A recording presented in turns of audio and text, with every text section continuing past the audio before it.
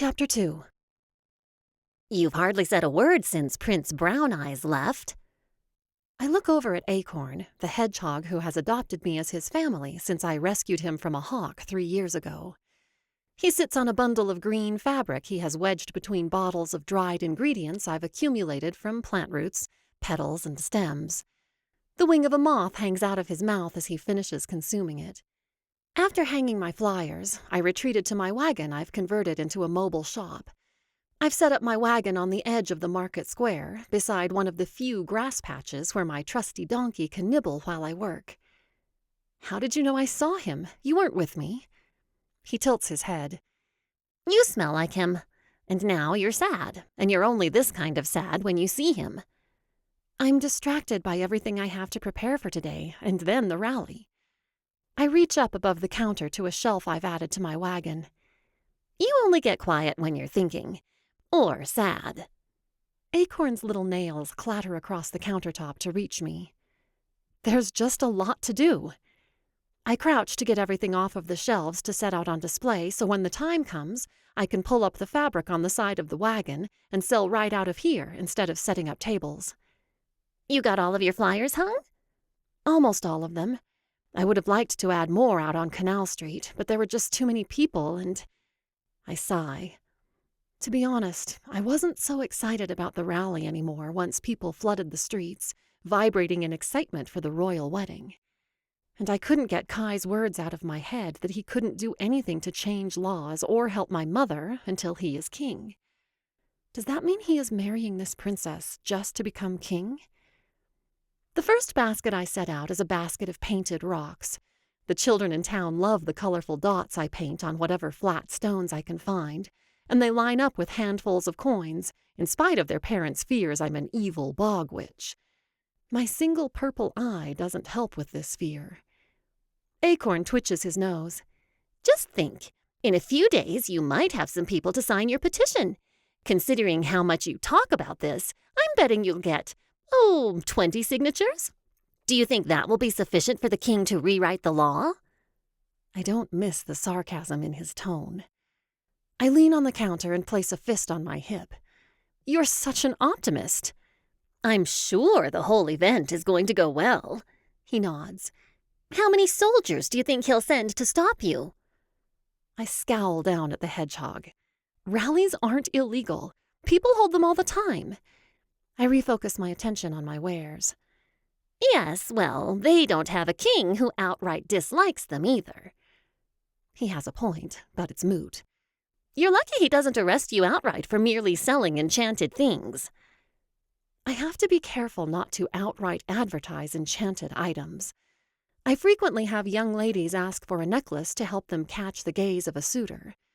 While I could perform an enchantment to help someone fall in love, I personally feel that is cheating, and people should fall in love because they want to. So I usually put some sort of sparkle charm to make them stand out a bit more, but they have to rely on their own personality from there. A farmer once asked for an enchanted log to keep away pests, which was so successful I got a line of farmers begging for their own. That one is what got me my second fine. One more fine means jail time, and I'm not ready to risk that yet. Acorn tilts his head at me as he leans it over the edge of the counter. It sounded to me like he wants you to help him escape his wedding. That would give them a reason to arrest you. I adjust the basket of rocks to keep my hands busy. Acorn, you know how I feel about him. Considering how much you love our life, I'm shocked you want me to help him.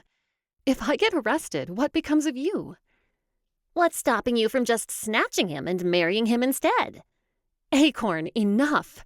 I won't forgive him. Besides that, Kai is a prince.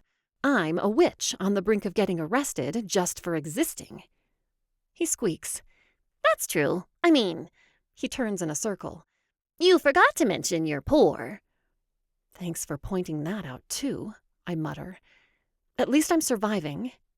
Yep. His head bounces up and down. Selling tonic water to help bald men, or a bundle of sage for someone completely inexperienced to banish what they think is a ghost haunting their barn.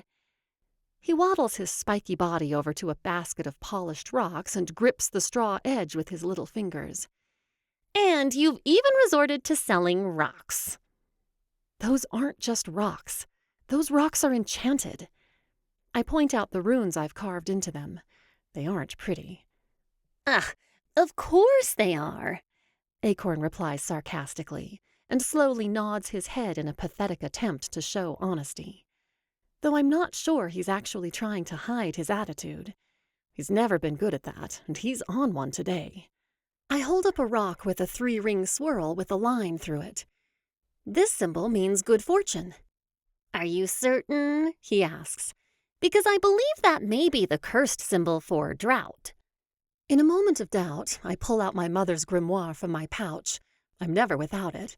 And flip to the torn page signifying the beginning of the section on charms. I flip 2 pages, set the green leather-bound book down, and point so the pessimistic rodent can see it. Don't ever tell him I called him a rodent. He insists he isn't. I can read well enough to know this means good fortune. Well, it looks an awful lot like the curse, Acorn counters, not offering an apology. He falls back down on all fours. I hardly call this a good use of your magic, and it is a pathetic way to make money. Can you really enchant a rock? I shift from one foot to the other, close the book, and fumble to shove it back into my pouch. Well, yes. But? Admittedly, the enchantment, once summoned, only lasts a short period of time. I place my hands on my hips. Why? Regular stone has little earth-granted energy and barely holds on to any enchantment or curse.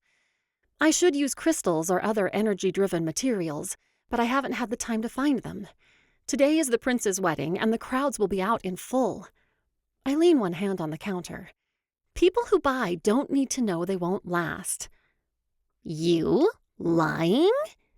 He reaches out and puts his tiny hand on mine. I swear he's smirking. I'm proud of how much you've grown.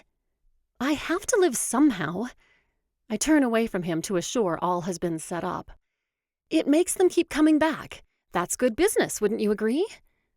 I'm not sure Mother would be proud of me. She had built her reputation on kindness, honesty, and generosity.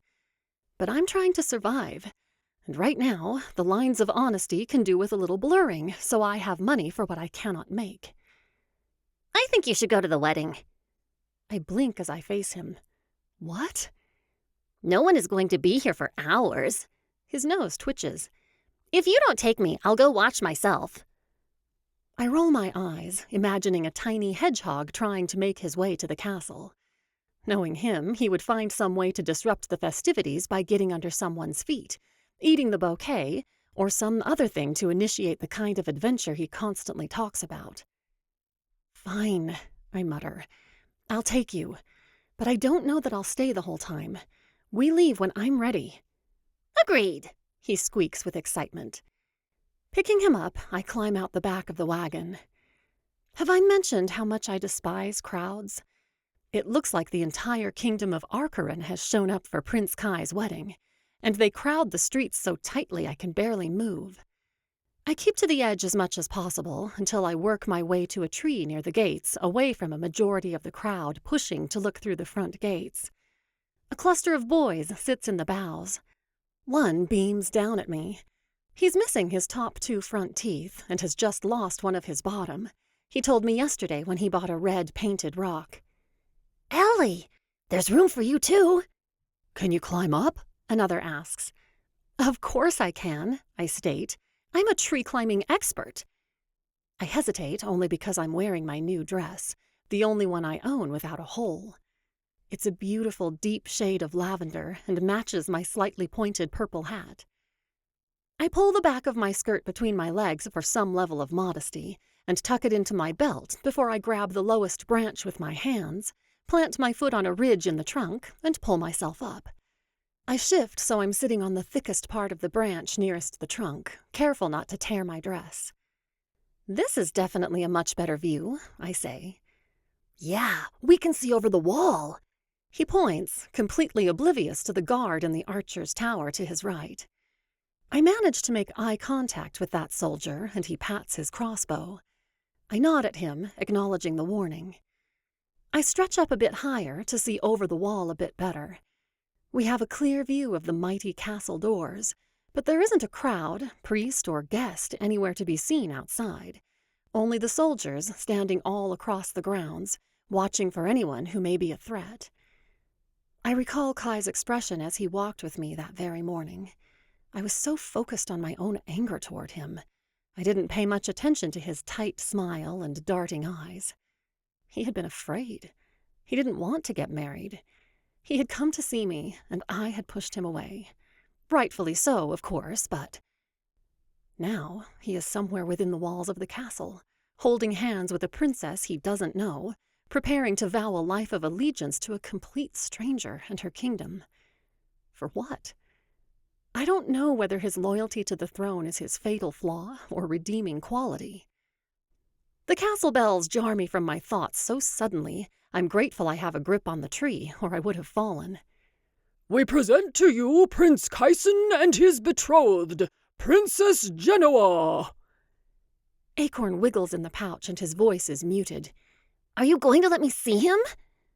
Reluctantly, I reach in and lift him out. The front doors open, and a woman in a glittering gold dress steps into the sunlight.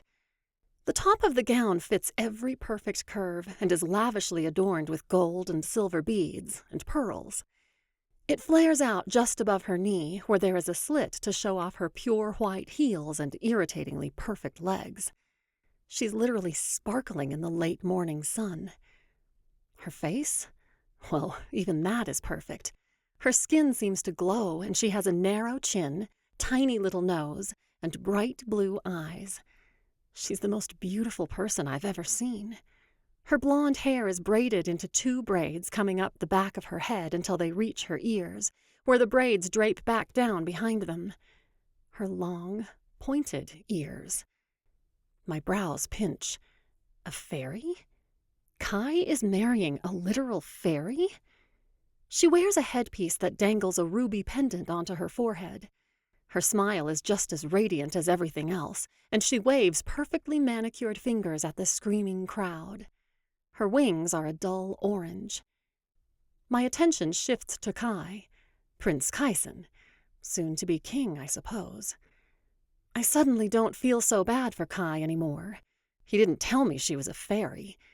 Maybe there's a reason he kept it all secret. The kingdom hasn't exactly been on good terms with them for decades. Perhaps this marriage isn't about him becoming king so much as securing some kind of alliance with the banished race. Kai wears a white uniform with a gold vest, which is adorned with all of his military pins. He wears no cloak, and his boots are new and nearly reach his knees. The high collar of the shirt almost touches his clean-shaven jaw. He is the ideal complement to his bride. His raven hair has been trimmed to below his ears and oiled back.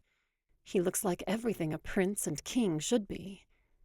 But he doesn't look like the Kai I know. The Kai I know has muddy boots and dirt under his nails, his messy long hair tied back, and a loud laugh. He's not even smiling the way Kai smiles. His lips are too tight, and the muscles in his jaw are clenched. My heart suddenly aches. I should have tried harder to talk with him about how I feel. How I felt he had abandoned me when I needed him the most. Maybe we could have worked through all of this. Maybe he wouldn't be here beside a stranger. Who am I kidding? As Acorn mentioned earlier, I am not suited to marry a prince.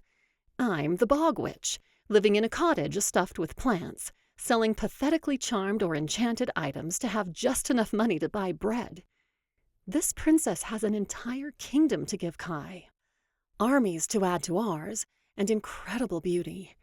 She will give him what he needs, the things I could never provide. I know better. He's a prince. I am not a princess. I live in a cottage in the woods with a leak in the window. He lives in a castle in the center of Parshan. Kai's copper eyes somehow meet mine. I don't know how in the 5 winds he managed to see me up here in the tree when there is a throng of people waving at him. I suppose that it's because this isn't the first time he has found me in this tree, and he was hoping I would be here. I want to yell at him that there is still time to escape, but I try and smile instead. The corner of his lip lifts ever so slightly, and he tilts his chin to me. Acknowledgement that he feels the same hollow feeling building in my chest. A final apology? Goodbye? A stupid gust of wind blows a stupid particle of sand into my eyes, and tears immediately fill them. I drop down from the tree before Kai can mistake my tears for feelings toward him. I have to get back to my wagon and open it for when the crowd begins the day of celebration. And I can't bear to sit up in that tree while Kai returns to the castle to officially marry the woman at his side. If it weren't for Acorn, I would have no one. When I get back to my mobile shop, I swallow the lump in my throat, grab the rope, and pull it to roll back the fabric on the side of the wagon to expose my wares. What I need right now is distraction. Feelings are so overrated.